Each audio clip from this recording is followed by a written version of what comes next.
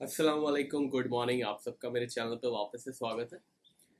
तो फिलहाल gold 1960 dollar के आसपास बंद हुआ है और चांदी बंद हुई है 24 डॉलर के ऊपर। चांदी अभी भी 24 डॉलर 50 सेंट ब्रीच करने में थोड़ी सी नाकाम रही है। 24 डॉलर 50 सेंट के ऊपर ब्रीच अगर होता है और उसके ऊपर क्लोजिंग हो जाती है तो फिर चांदी में एक अच्छी और फ्रेश तेजी नजर आ सकती है 26 और 27 डॉलर तक की। अभी हम चार्ट्स पे देखेंगे तो बात करेंगे। पिछले हफ्ते ऐसा कोई मेजर डेटा तो नहीं था जिसकी वजह से मार्केट को कुछ इम्पैक्ट हो। एक अनएम्प्लॉयमेंट क्लेम्स था। अनएम्प्लॉयमेंट क्लेम्स थोड़े बढ़ के आए थे। इनफैक्ट अगर आप एब्सोल्यूट टर्म में देखोगे, अगर आप उसको चार्ट पे लगा के देखोगे हर हफ्ते के, तो 2 साल के हाइस पे अनएम्प्लॉयमेंट क्लेम्स है। अनएम्प्लॉयमेंट क्लेम्स वो डेटा होता है जो US American American US American मतलब अमेरिकन नेशनल जो है वो फॉलो करते हैं। जब उनकी जॉब चली जाती है तो वो सरकार से कुछ बेनिफिट्स लेते हैं और उसको अनएम्प्लॉयमेंट क्लेम्स कहा जाता है। बेरोजगारी भत्ता एक सिंपल लैंग्वेज में उसको कहा जा सकता है। तो 2 साल के हाइस पे थे। इसका मतलब जो अनएम्प्लॉयमेंट रेट हमने देखा था लास्ट वीक, उससे लास्ट वीक मतलब, तो बिल्कुल एक अनएम्प्लॉयमेंट क्लेम्स में नजर आने लगा है। बट एक और पेचीदा डेटा था, एक और कॉम्प्लेक्स डेटा था, नॉन फार्म पेरोल। तो इसका मतलब जॉब्स तो बहुत ज़्यादा है बट अमेरिकन जॉब्स ले नहीं रहे हैं, या फिर उसके केपेबल नहीं है, या फिर कुछ एक और पेच है जो हमें आगे जाके पता चलेगा। अब अगले हफ्ते है फेडरल रिजर्व की प्रेस कॉन्फ्रेंस जून वाली। उसमें अब वो रेट बढ़ाएंगे कि नहीं बढ़ाएंगे वो उन पे डिपेंड करता है। बट दो मेजर डेटा जो है वो रेट ना बढ़ने के पक्ष में है, यानी फेवर में है। एक है अनएम्प्लॉयमेंट रेट डेटा, और ये जो अनएम्प्लॉयमेंट क्लेम जो 2 साल के हाइस पे पहुंच गए हैं वो डेटा। अब फेडरल रिजर्व की प्रेस कॉन्फ्रेंस से पहले एक और मेजर डेटा है जो इन्फ्लुएंस कर सकता है वेडनेसडे का इंटरेस्ट रेट, वो है सीपीआई डेटा। अब सारा का सारा जो दामोदार है वो सीपीआई पे ही है, क्योंकि इंटरेस्ट रेट 10 बार लास्ट 10 मीटिंग्स में इंटरेस्ट रेट बढ़ चुके हैं। लगातार जितनी भी 10 मीटिंग हुई है फेडरल रिजर्व की, उसमें कुछ ना कुछ इंटरेस्ट रेट बढ़ा ही है। अब ये 11th मीटिंग होगी, 11th शगुन होगा मीटिंग का, कि इसमें इसमें काफ़ी चांसेस हैं 60-70% के रेट ना बढ़े। अगर रेट नहीं बढ़ेगा तो that will be positive for gold prices, क्योंकि बॉन्ड यील्ड बहुत बढ़ती जा रही है। तो बॉन्ड यील्ड पे थोड़ा सा एक लगाम लगेगी और पता चलेगा कि इकोनॉमी पे थोड़ा सा स्ट्रेस है। अगर इंटरेस्ट रेट फेडरल रिजर्व बढ़ाता है तो उससे काफ़ी खतरे पैदा हो सकते हैं उनकी खुद की इकोनॉमी को। ऑलरेडी 2-3 बैंक फेल हो चुके हैं पिछले महीनों में, और अगर इंटरेस्ट रेट बढ़ाते हैं तो और ज़्यादा जो है प्रेशर आ सकता है इकोनॉमी पे, अनएम्प्लॉयमेंट पे और जीडीपी पे भी। अब ये देखना है कि फेडरल रिजर्व रिस्क लेता है इंटरेस्ट रेट बढ़ाने का कि नहीं लेता है। 60-70% चांसेस है इंटरेस्ट रेट ना बढ़े, but that is only chances, that is our guess. इसमें कोई चार्ट्स इन्वॉल्व नहीं है, ना ही इसके अंदर कोई एनालिसिस इन्वॉल्व है। ऐसा लग रहा है कि फेडरल रिजर्व रिस्क लेगा और इंटरेस्ट रेट नहीं बढ़ाएगा। प्लीज़ ध्यान रखिएगा इसको। आप जो मैं फोरकास्ट आपको बता रहा हूँ इसको ट्रेड की तरह बिल्कुल भी ना लें। कभी आप सोचो कि हम 60-70% आपने बोला था, तो 60-70% के हिसाब से हमने 50-60 लॉट गोल्ड बाई कर लिया है, और अब इंटरेस्ट रेट बढ़ गया है और गोल्ड क्रैश हो गया है, सर्किट लग गया है नीचे का 4%। अब क्या करें? प्लीज़ ध्यान रखिएगा, एनालिसिस और सिग्नल्स में बहुत फ़र्क होता है।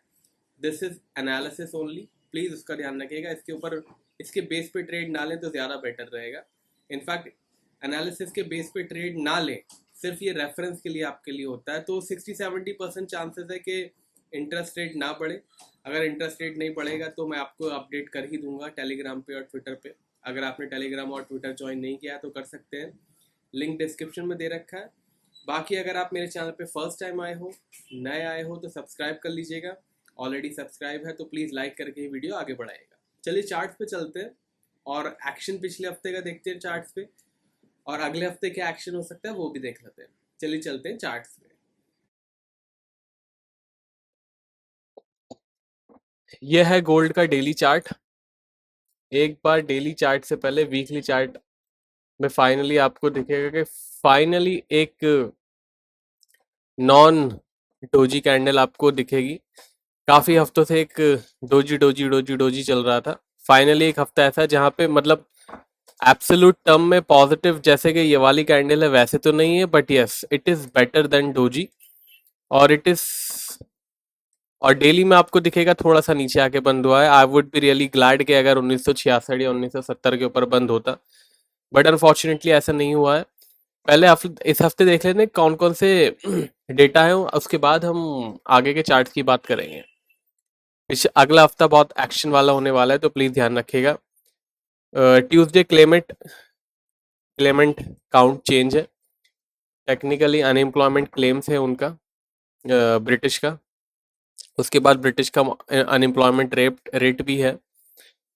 उसके बाद ट्यूसडे को ही है सीपीआई नंबर्स, कोर सीपीआई। और भाई साहब वेडनेसडे को है जीडीपी ब्रिटिश की, कोर पीपीआई नंबर्स यूएस के, पीपीआई और एफओएमसी का स्टेटमेंट। तो ट्यूसडे वेडनेसडे सुपर एक्शन रहेगा, और उसका हैंगओवर आई एम श्योर जुमेरात के दिन भी रहेगा, थर्सडे को भी रहेगा। थर्सडे को चाइना का इंडस्ट्रियल प्रोडक्शन है, ईसीबी की प्रेस कॉन्फ्रेंस है, कोर रिटेल सेल्स है, एम्पायर स्टेट मैन्युफैक्चरिंग है, रिटेल सेल्स है, अनएम्प्लॉयमेंट क्लेम्स है वापस।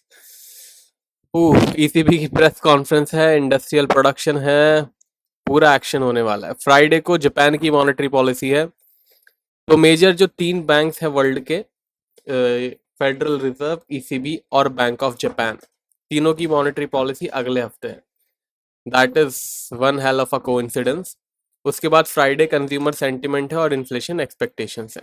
प्लीज ध्यान रखिएगा, अगला हफ्ता या तो नया लाइफ टाइम हाई भी दिखा सकता है जिस तरीके से इवेंट्स हैं, या फिर 1900 के नीचे भी जा सकता है। I will not be surprise कि लाइफ टाइम हाई दिखा दे, and I will not be surprise 1900 के नीचे दिखा दे। जिस तरीके से मेजर डेटा है, जिस तरीके से मेजर ईसीबी की, फेड की, बैंक ऑफ जापान की मॉनेटरी पॉलिसीज हैं, सीपीआई नंबर्स है, पीपीआई नंबर्स हैं, सारा का सारा झमेला अगले हफ्ते वाला ही है। तो आई विल नॉट बी सरप्राइज के 100, 150, $200 की मूवमेंट भी हो जाए। तो फिलहाल 1960 के आसपास बंद हुआ है। टेक्निकली देखा जाए तो गोल्ड अभी भी पॉजिटिव जोन में है। सपोर्ट उसका 1930 का बरकरार है, अभी भी 1930 पे डटा हुआ है। 1930 के नीचे की क्लोजिंग का मतलब है फाइनली गोल्ड के नीचे 1900 और 1850 के डॉलर हमें देखने को मिल सकते हैं।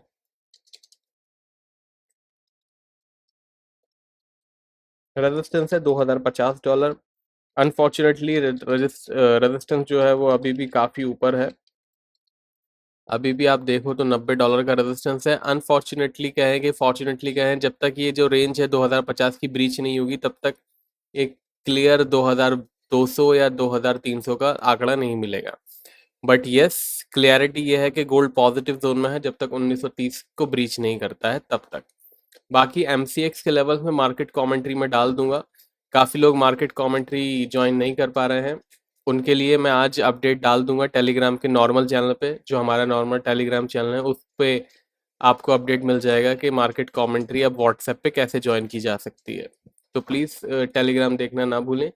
मैं कम्युनिटी पोस्ट में भी डाल दूंगा यूट्यूब के, आपके रेफरेंस के लिए, कि आप मार्केट कमेंट्री यूट्यूब पे, मेरा मतलब है व्हाट्सएप पे कैसे ज्वाइन की जा सकती है। वैसे आप मार्केट कमेंट्री यूट्यूब पे भी ज्वाइन कर सकते हो, ज्वाइन का बटन दबा के, बट उसके अंदर एमसीएक्स के लेवल्स नहीं आते हैं, बाकी सारा वही होता है माइनस एमसीएक्स लेवल। तो अगर आप इंडिया के बाहर के हो तो सबसे बेस्ट आइडिया तो आपके लिए यही है कि ज्वाइन का बटन दबा के आप मार्केट कमेंट्री ज्वाइन कर लें और कम्युनिटी पोस्ट में लेवल देखते रहें। बाकी आपको एमसीएक्स के लेवल चाहिए तो व्हाट्सएप पे अवेलेबल रहेगा, मैं आज अपडेट आपको दे दूंगा। यह है सिल्वर। सिल्वर ने एक मस्त तेजी दिखाई। सिल्वर की शुरुआत कहाँ से हुई थी वीक की, ये देखते हैं। Friday, Thursday, Wednesday, Tuesday, Monday. Monday open हुआ था 2350 पे और 2450 तक चला गया था। एक माइल 2450 का रेजिस्टेंस इसका बाकी है। इसके ऊपर की अगर क्लियरिंग इसको मिल गई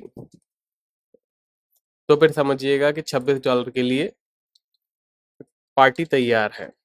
2450 का एक माइल्ड रेजिस्टेंस है, इसके ऊपर की क्लोजिंग 25 और $26 के लिए तैयार है।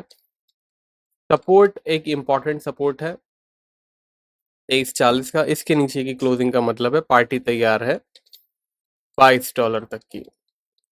फिलहाल ट्रेंड जो है वो पॉजिटिव है, तो रखिएगा ख्याल। अब देख लेते हैं क्रूड के ऑयल को। क्रूड का ऑयल है $70 के आसपास। फाइनली क्रूड ऑयल में एक लेवल चेंज होगा अब, जो हमारा रेजिस्टेंस ब्रीच हुआ था 66 $76-77 का एक बार ये जो हुआ था, काफ़ी महीनों से हमारा, आई थिंक 2-3 महीने से हमारा $77 का जो लेवल चल रहा था, फाइनली अब उसके अंदर एक चेंज होगा। और वो चेंज क्या होगा? वो चेंज होगा $75.50 का। अब रेजिस्टेंस है हमारा $75.50 का। ये रेजिस्टेंस के ऊपर की क्लोजिंग हो जाती है, ध्यान रखिएगा हम वीकली एनालिसिस में है तो क्लोजिंग इज एब्सोल्युटली कंपलसरी। इसके ऊपर की क्लोजिंग हो जाएगी तो फिर हम $80 के लिए तैयार हो सकते हैं। सपोर्ट है $66 का। ट्रेंड अभी भी क्लियरली वीक बना हुआ है इसका।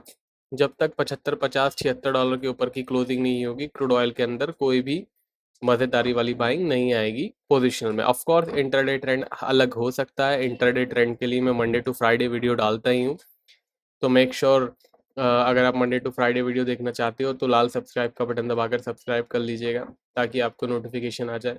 बाकी पेड सिग्नल्स की जानकारी और मार्केट कमेंट्री की जानकारी मैंने डिस्क्रिप्शन में दे दी है। लाइव डेटा का अपडेट टेलीग्राम और ट्विटर पे आता है, दोनों का लिंक स्क्रीन पे आपको दिख रहा होगा, डिस्क्रिप्शन में भी अवेलेबल है। और ये ध्यान रखिएगा, मेरे नाम से टेलीग्राम पे बहुत ज़्यादा फेक चैनल्स है, तो मेक श्योर आप जेन्युइन वाला ही ज्वाइन कीजिएगा। जो स्क्रीन पे आपको लिंक दिख रहा है वही ज्वाइन कीजिएगा, और जो डिस्क्रिप्शन में लिंक है वही ज्वाइन कीजिएगा। अगर आपको शक हो रहा है कि आपने फेक वाला ज्वाइन कर लिया है तो आप मुझे ट्विटर पे फॉलो कर सकते हैं। आई एम श्योर कि ट्विटर पे कोई भी दिक्कत नहीं होगी, क्योंकि टेलीग्राम और ट्विटर पे सेम ही अपडेट आता है मोर और लेस। चलिए अब मिलेंगे मंडे को, तब तक के लिए टेक केयर, बाय बाय।